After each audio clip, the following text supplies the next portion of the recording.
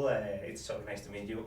I hope you're having a nice stay here in Spain because I watched the photo, of course, yesterday in El Prado. I just wanted to tell you that my flatmate works there and they were also happy. Oh, they were great. They were wonderful, and the Javier and Cecilia, the two people who was taking care of me, they were fantastic, and their knowledge, and I had such respect and such admiration for them, and the Prado has become really an extraordinary museum. You know, I was saying before that when I first came here in 1971, you know, it was the Franco's time, and the Prado was very neglected. You know, it was dark, you couldn't see the paintings, you know.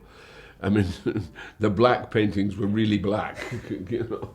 Goya's black paintings were very black, and I go, they're so black I can't see anything.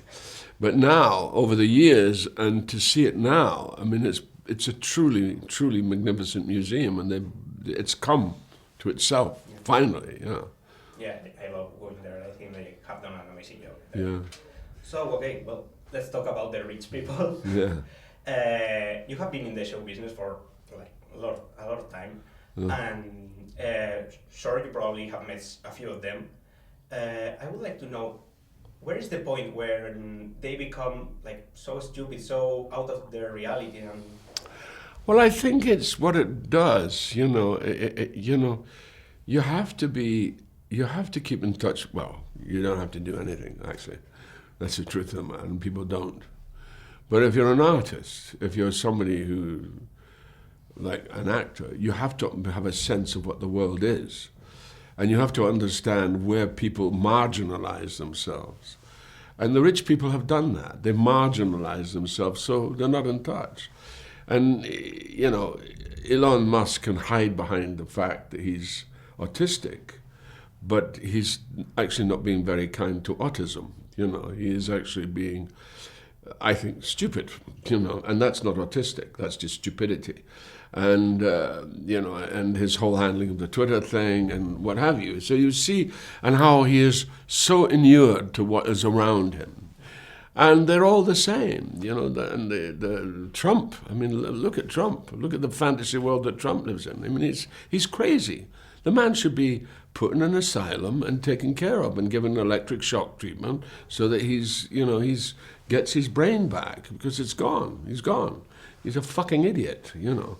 And that's where it does, you know. Not everybody. I mean, there are people who know how to use their wealth. I mean, Gates, in many ways, has used his wealth incredibly well, and his sense of the world is, you know, pretty good. I mean, he has his own problems, his personal problems, his domestic problems, which are, you know, not my interest, but what he's done, I can understand, and I see it. There's a positiveness. And also he understands the dilemma that's going on.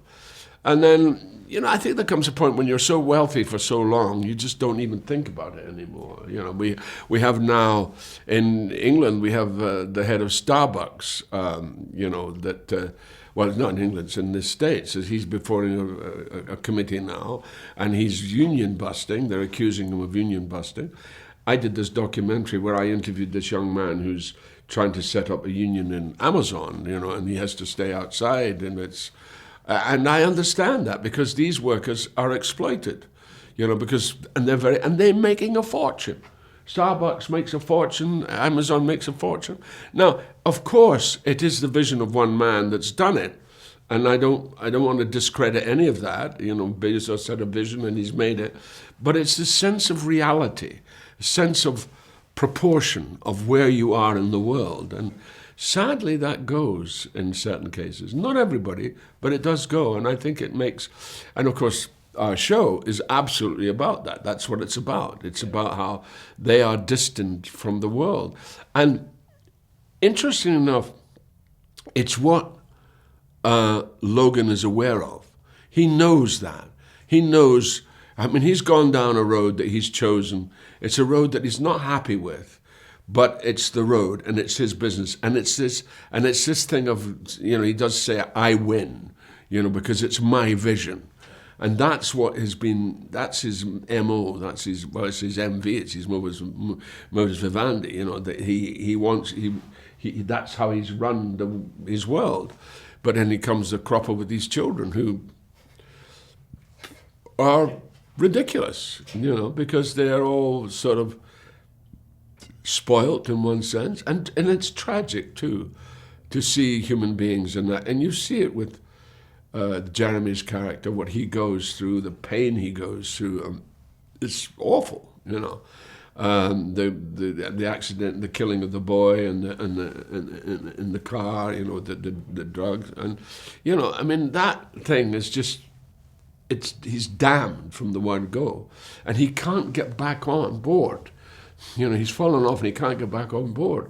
And his father thinks, well, I can hold him and I can put him in position. But then he will stupidly manipulate him, and that's what you shouldn't do. And Logan is stupid in that way. No, I love that answer. I really agree with you. Do you think that it comes for the money? This corruption comes strictly for the money, or is it about the power? Well, I think the power is a manifestation of the money. Without the money, you don't have the power in this situation. I mean, there's a different kind of power that that people have who don't need that kind of money. They have power in their own inner belief. I think Logan is bereft of a lot of stuff. He's a lonely man. He's fundamentally an unhappy man. He is a misanthrope. He doesn't like life. And he has contempt for his fellow human being. And that manifests itself in the right wing of his press. He just says that everybody's out to grab what they can in both hands and run. And he talks about the market. It's the market. The market is this.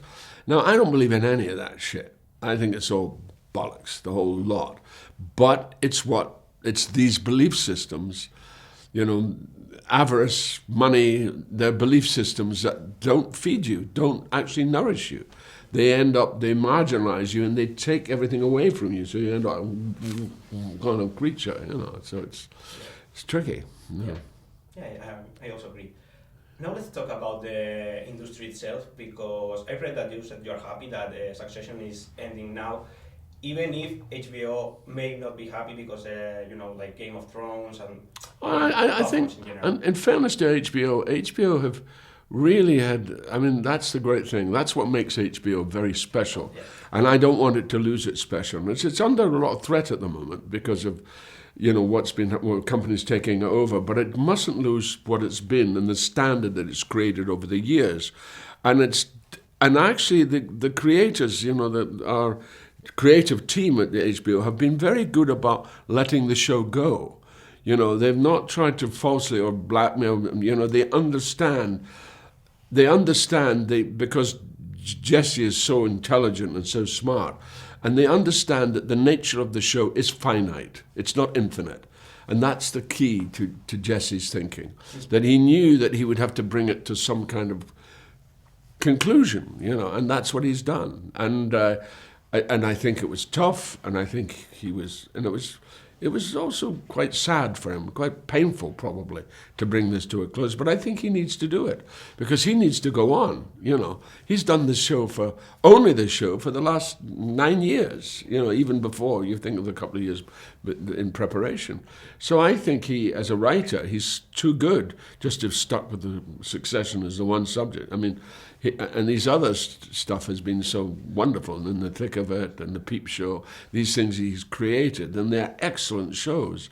And Jesse's have got a lot more to give with different stories, and he should be allowed to embrace these different stories. Amazing, very interesting. Yesterday at the Academia de Cine, you said something that I really liked, that it was that cinema has forgotten the relation between image and words. Yeah. So I would like you to explain that. Well, it has. I come from a whole tradition of the writer and serving the writer, and the best ideas are the best written things. And I think that when cinema moved to sound, that was what they started to embrace. And they used to have people, and the powers that be, the Zanaks and the Louis B. Mayers and the Sam Goldwyns. They would have writers on call, who would do passes, and maybe write a section and they had William Faulkner, they had F. Scott Fitzgerald, they had these great Dorothy Parker, they had these great writers who did the most amazing work, but they didn't even work. Sometimes they didn't write a whole film; they wrote part of it. And the writers are what I think is the key. That was my relationship. So the word and the image was very well matched up in the 30s. You see those films like Mr. Deed, those Capra films, there is a sense of the vision and the word coming together. Even in John Ford, that happened. And that's what I think that the Marvel family, it's understandable because those films or those stories they work best when they're allegorical, when we can relate them to our own life, which is probably why I like X-Men 2. X-Men 2 is a very good example of that, because it's Bryan Singer talking about his own sense of being gay in a world where it's more acceptable then than it was many years ago.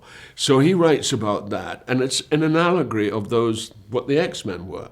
They were people who were outside the modern... So that allegorically works, and it's well written, and it brings all the things together. But a lot of them don't have that attention to detail. They're so busy doing fights and crashes and booms and bangs and everything else, and all the tricks of cinema, that they forget about the word. They forget about, that the idea that something is really thought about and considered, and about who we are. And that's what I feel cinema's lacking.